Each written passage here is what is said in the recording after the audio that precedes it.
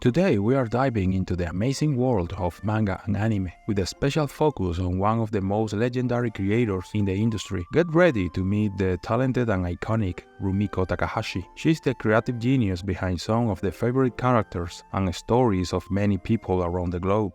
From loud out loud comedies and thrilling adventures, Rumiko Takahashi's manga and anime have something for everyone. So let's jump into her incredible journey and discover what makes her a true legend from Japan to the world.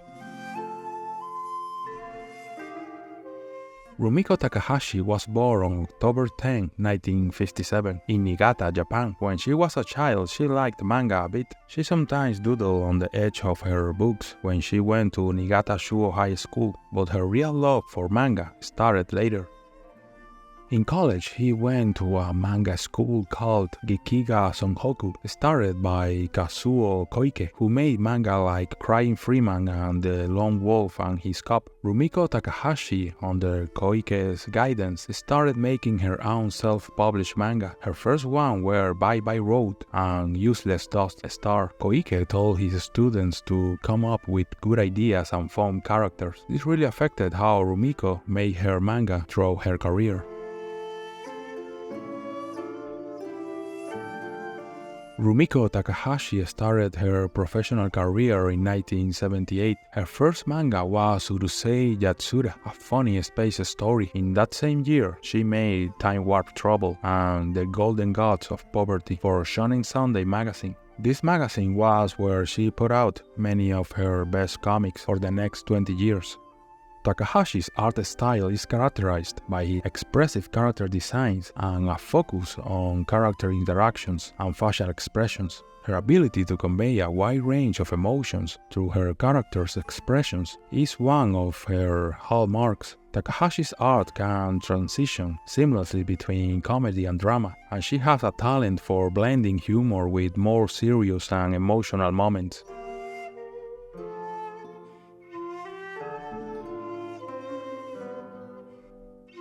In 1980, she started her second big project, Maison Ikoku, in the Big Comic Spirits magazine. Maison Ikoku is a romantic comedy aimed at grown-up readers. Even today, nearly 40 years after it first came out, it's considered a masterpiece of romance manga for adults. This is because of its rich background and the natural growth of its characters. Takahashi's stories are known for their well-developed and relatable characters. Her protagonists face personal challenges, growth, and transformation as they navigate the often chaotic and unpredictable worlds she creates. In 1981, Urusei Yatsura was the first of Takahashi's works to be turned into a TV show by the animation studio Kiri Films. This series started airing on Japanese television on October 14. Kiri Films continued its partnership with Rumiko and adapted Maison Ikoku in 1986. The TV series had 96 episodes, 3 OVAs, a movie, and even a live-action movie. In 1987, Takahashi started her third big series, Ranma 1/2. It followed the popular style of martial arts manga that was trendy in the early 90s. This series continued for nearly 10 years and ended in 1996 with 38 volumes. Ranma 1/2 is one of the most loved manga outside of Japan.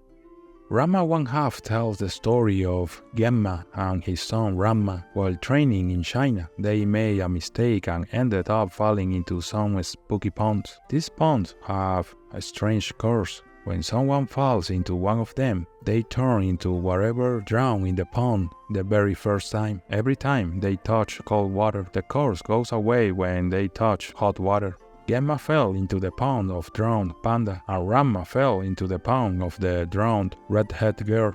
As the story goes on in Japan, we get to know more characters. Some of them had the bad luck of falling into the pond and getting cursed. For instance, there's the Amazon shampoo who turns into a pink cat, Moose who turns into a duck, and Ryoga Hibiki who becomes a black pig. Ryoga is one of Ranma's rivals. In 1989, with the cooperation of Studio D, Kiri Animation produced Ranma 1/2. The anime version was split into 2 series. This happened because the first one didn't do as well as expected on Fuji TV, so the animation studio had to introduce Shampoo's character earlier than planned and wrap up the series with only 18 episodes. However, just a month later, the second series of the manga's anime adaptation, called Ranma 1/2 Netohen. This one continued gradually until 1992 with a total of 143 episodes and 161 episodes in total when combined with the first series. In the mid-90s, Rumiko Takahashi continued to create short stories alongside her works like Mermaid Saga and One Pound Gospel. During this time, she started her 4th most successful series, Inuyasha.